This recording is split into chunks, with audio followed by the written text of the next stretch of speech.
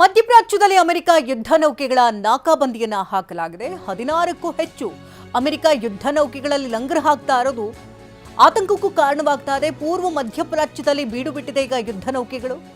ಹಾರ್ಮುಜ್ ಮೇಲೆ ದಿಗ್ಬಂಧನದ ಬೆನ್ನಲ್ಲೇ ಯುದ್ಧ ನೌಕೆಗಳು ಏಕಾಏಕಿ ಜಮಾವಣೆ ಆಗ್ತಾ ಇದೆ. ಬೆಳಗ್ಗೆ 2 ಆಯಿತು, ಈಗ 16 ಆಗಿದೆ.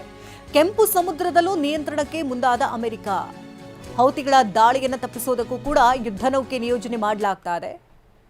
ಹಾರ್ಮುಜ್ ಜಲಸಂಧಿಯಲ್ಲಿ ಯಾವಾಗ ಅಮೆರಿಕ ಅದನ್ನು ವಶಕ್ಕೆ ಪಡ್ಕೊಳ್ಬೇಕು ಅಥವಾ ತನ್ನ ಕಂಟ್ರೋಲ್ನಲ್ಲಿ ಇಟ್ಕೊಳ್ಬೇಕು ಅಂತ ತಮ್ಮ ಒಂದು ಜಲಸಂಧಿಯನ್ನು ತಮ್ಮ ಹಿಡಿತಕ್ಕೆ ತೆಗೆದುಕೊಳ್ಳಿ ಮುಂದಾಯಿತು, ಅದೇ ಸಂದರ್ಭದಲ್ಲಿ ಹೌತಿಗಳು ಕೂಡ ಆಕ್ರಮಣಕಾರಿ ದಾಳಿಯನ್ನು ನಾವು ಮಾಡಬೇಕಾಗುತ್ತೆ ಕೆಂಪು ಸಮುದ್ರದಲ್ಲಿ ಅಂತ ಎಚ್ಚರಿಕೆಯನ್ನು ಕೊಟ್ಟಿದ್ರು.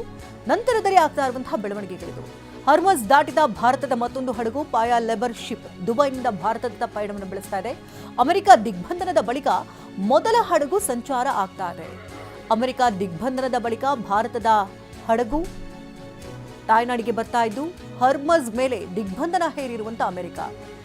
ಹಾರ್ಮುಜ್ ಮೇಲೆ ಅಮೆರಿಕ ದಿಗ್ಬಂಧನ ಹೇರ್ತಾನೆ, ಅಲ್ಲಿ ಯಾರೆಲ್ಲ ಸುಂಕವನ್ನ ಕಟ್ಟಿ ಅಲ್ಲಿಂದ ಮೂವ್ ಆಗ್ತಾರೋ ಅಂತ ಹಡಗುಗಳನ್ನು ನಾವು ಯಾವುದೇ ಕಾರಣಕ್ಕೂ ಕೂಡ ಬಿಡೋದಿಲ್ಲ.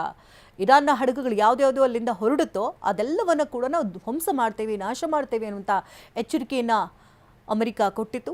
ಭಾರತ ಹಡಗುಗಳು ಬರೋಬ್ಬರಿ 15ಕ್ಕಿಂತ ಹೆಚ್ಚು ಹಡಗುಗಳಿಗಾಗಲೇ ಅಲ್ಲಿ ಸಿಕ್ಕಾಕೊಂಡಿದೆ. ತೈಲ ಅಭಾವ, ಗ್ಯಾಸ್ ಅಭಾವ ಮತ್ತಷ್ಟು ದೇಶದಲ್ಲಿ ಹೆಚ್ಚಾಗುತ್ತೆ ಎನ್ನುವಂಥ ಆತಂಕ ಕೂಡ ಶುರುವಾಗಿತ್ತು.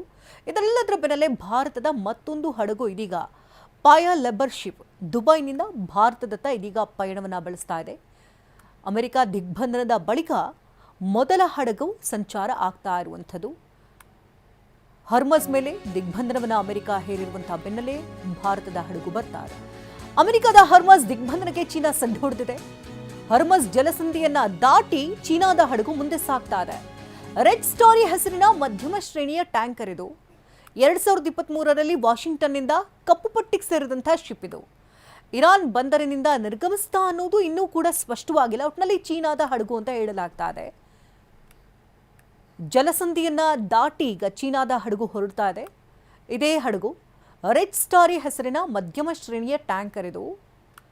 ವಾಷಿಂಗ್ಟನ್ನಿಂದ ಕಪ್ಪು ಪಟ್ಟಿಗೆ ಸೇರಿದಂತಹ ಶಿಪ್ ಇರಾನ್ ಬಂದರಿನಿಂದ ನಿರ್ಗಮಿಸಿ ಅಲ್ಲಿಂದ ತೆರಳುತ್ತಾ ಇದೆಯಾ ಚೀನಾದತ್ತ ಅನ್ನೋದು ಇನ್ನೂ ಕೂಡ ಒಂದು ಕ್ಲಾರಿಟಿ ಸಿಗ್ತಾ ಇಲ್ಲ.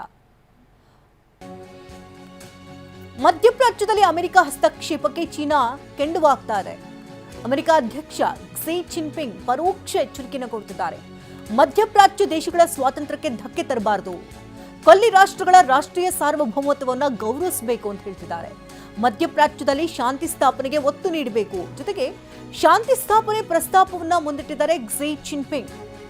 ಮಧ್ಯಪ್ರಾಚ್ಯದಲ್ಲಿ ಅಮೆರಿಕ ಹಸ್ತಕ್ಷೇಪಕ್ಕೆ ಚೀನಾ ತಿರುಗೇಟನ್ನು ಕೊಡ್ತಾ ಇದ್ದು, ಮಧ್ಯಪ್ರಾಚ್ಯಕ್ಕೆ ಅಮೆರಿಕ ಯಾಕೆ ಹಸ್ತಕ್ಷೇಪ ಮಾಡ್ತಾ ಇದೆ, ತನ್ನ ಮೂಗನ್ನು ಯಾಕೆ ತೋರಿಸ್ತಾ ಇದೆ, ಶಾಂತಿ ಮಾತುಕತೆ ಸಂಧಾನ ಎಲ್ಲವೂ ಕೂಡ ಏರ್ಪಾಡು ಮಾಡಲಿ, ಅದನ್ನು ಬಿಟ್ಟು ಮತ್ತೆ ಇಲ್ಲಿಗೆ ಯುದ್ಧ ನೌಕೆಗಳನ್ನು ತಂದು ನಿಲ್ಲಿಸೋದು, ಹೆದರಿಸೋದು, ಇದೆಲ್ಲ ಏನಾಗ್ತಾ ಇದೆ ಅಂತ ಚೀನಾ ಅಧ್ಯಕ್ಷ ಕ್ಸಿ ಜಿನ್ಪಿಂಗ್ ಅಮೆರಿಕಾಗೆ ತಿರುಗೇಟನ್ನು ಕೊಡ್ತಾ ಇದ್ದಾರೆ.